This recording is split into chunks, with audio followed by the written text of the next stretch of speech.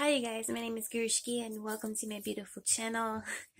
Today I wanted to do a video about 10 signs it's time to leave that man alone. Basically I've been feeling guided to enlighten other women about things that I've been through in my journey. And basically, like I touched on in other videos, I have been in an abusive relationship where I lived with an ex-lover and it wasn't going too well. And I know a lot of us, when we think we're in love, we tend to stay with people, and we know if we know they're bad for us, we tend to stay anyway. But these are signs that you should definitely leave this man alone before it gets worse. And just if you're kind of stuck or tied down to someone and you feel like you can't escape, that this is the only man that'll ever love you. Trust me, I've been in this situation and there's plenty of fish in the sea. So if these signs relate to you, don't be afraid to leave and to venture out and to go find yourself, and to have faith in new loves and true love. But if you know in your heart of hearts that this person isn't for you, by all means don't be afraid, because it gets better. It gets better, trust me. And it's way better to be alone than to be with a man who abuses you or doesn't care about you like he should. And plus, that man is just taking up space for someone who could be caring for you like you need him to be.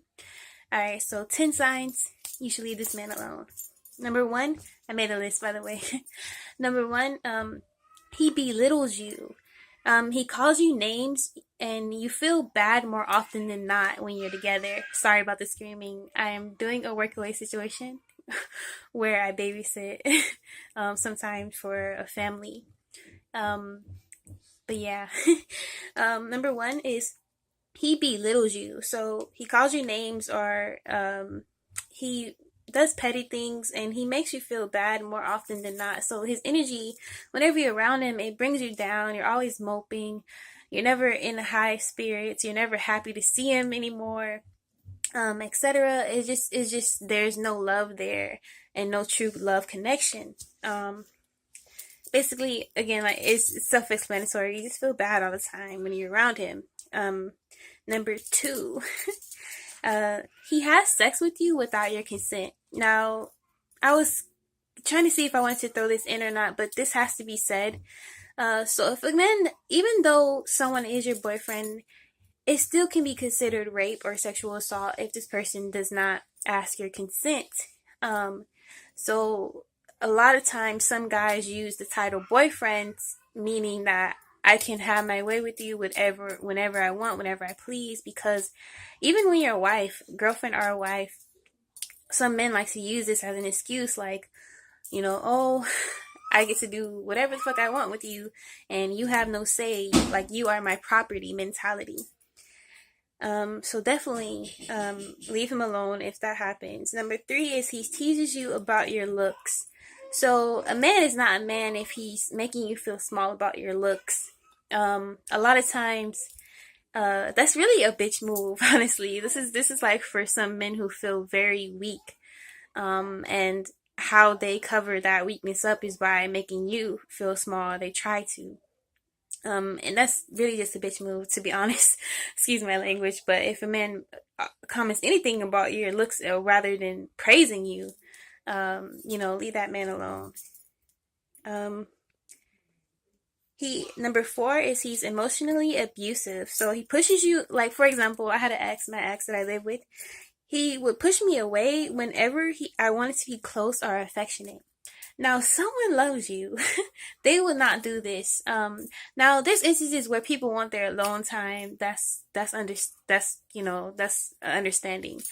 But if someone is constantly rejecting you, like purposely rejecting you because they know that they can control you emotionally, then that is a very painful and very hurtful and damaging situation to be in.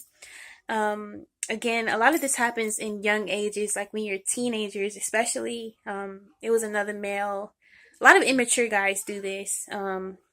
They kind of like play tug of war with you. Like 1 minute, You can get close to them and the next minute they're not. They just kind of, they're like, they want you when they want you kind of thing. There's even guys who do it in public. Like they just, hand in your face kind of thing. But then when you're alone, all lovey-dovey, that's another sign to leave him alone. Um, Number 5 is, okay, so bear with me with this one. He makes you pay for everything yourself. And this is in an instance, for example, if you agree to live in a home together and whatever your arrangement is, it could be different for everyone. But if you decided to go 50-50, for example, and he does stupid shit like prioritize buying a car over paying bills, this is a sign to leave this man alone. So, definitely, if this sounds familiar, reevaluate what this person's important, like what this guy keeps important in his priorities.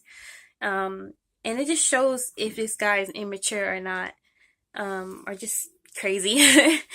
Number 6 is he has anger issues. So by all means, this is something that a lot of women let slide. I'm sure vice versa for men as well, but a lot of women let anger slide because we characterize, well, men equals anger.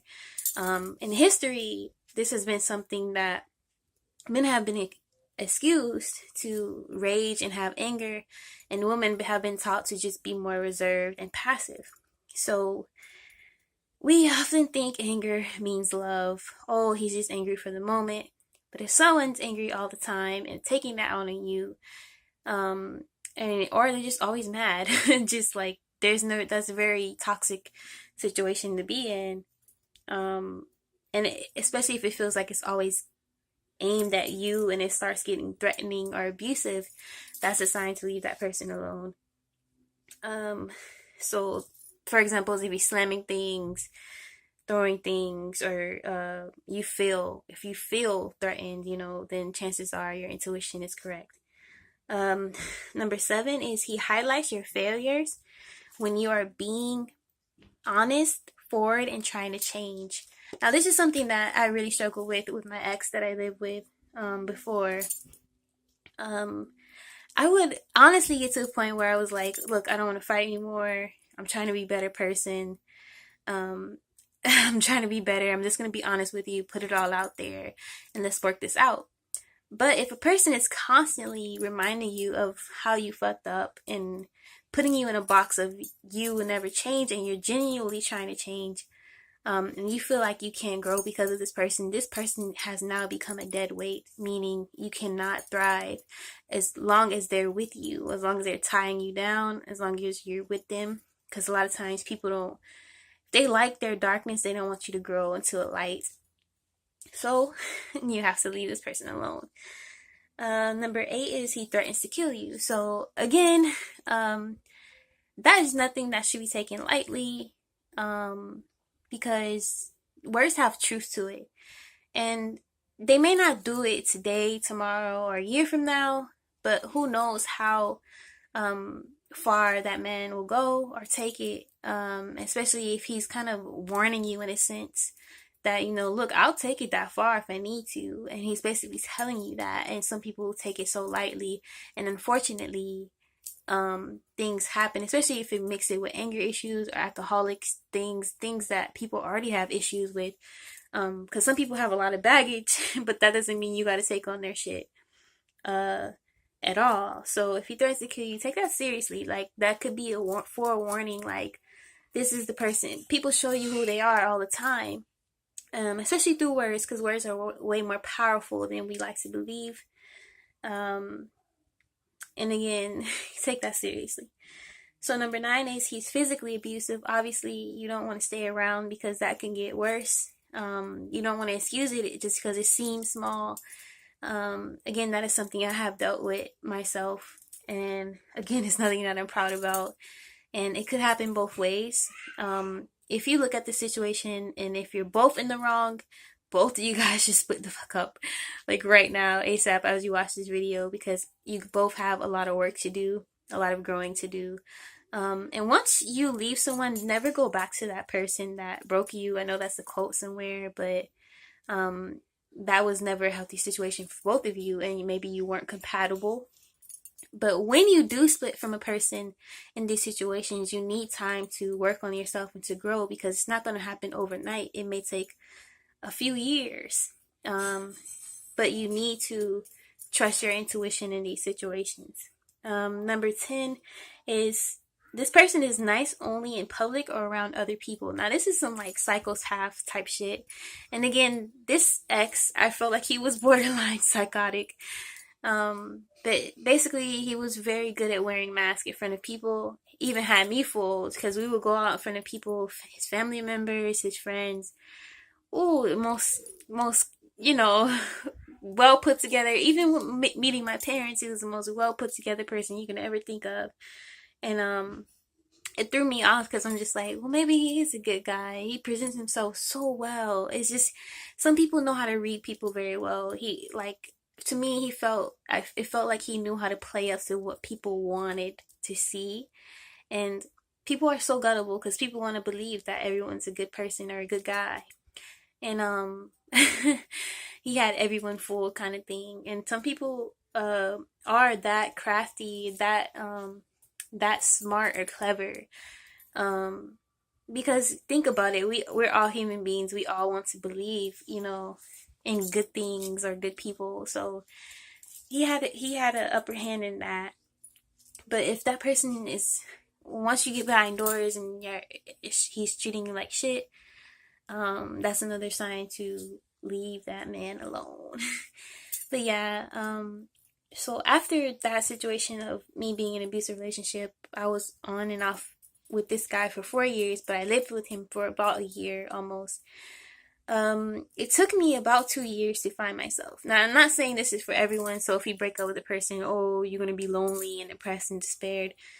But it did take me 2 years and being celibate to get to know myself, because prior to this person, I never been in a relationship. I mean, I've always been in a relationship since high school, since I was like 17 and I lost my virginity and shit. But basically, since being out of, like, in high school, straight out of high school, I've always been with someone. So those 2 years was actually a blessing, because I got to know myself for the first time ever. Even now, I'm still single, but I just started dating and being open to people again. But I needed that, and I need this time still, and the solitude, the knowledge, the learning of myself, exploring my interests, my hobbies, traveling, all these things, to work on myself. And working yourself is nothing to be ashamed of. Being single is nothing to be ashamed of. Leaving someone is nothing to be ashamed of. You can drop that motherfucker right now and no one's gonna judge you. And if they do, fuck them. Your well-being is more important. And I'm telling you right now, because you're wasting your time.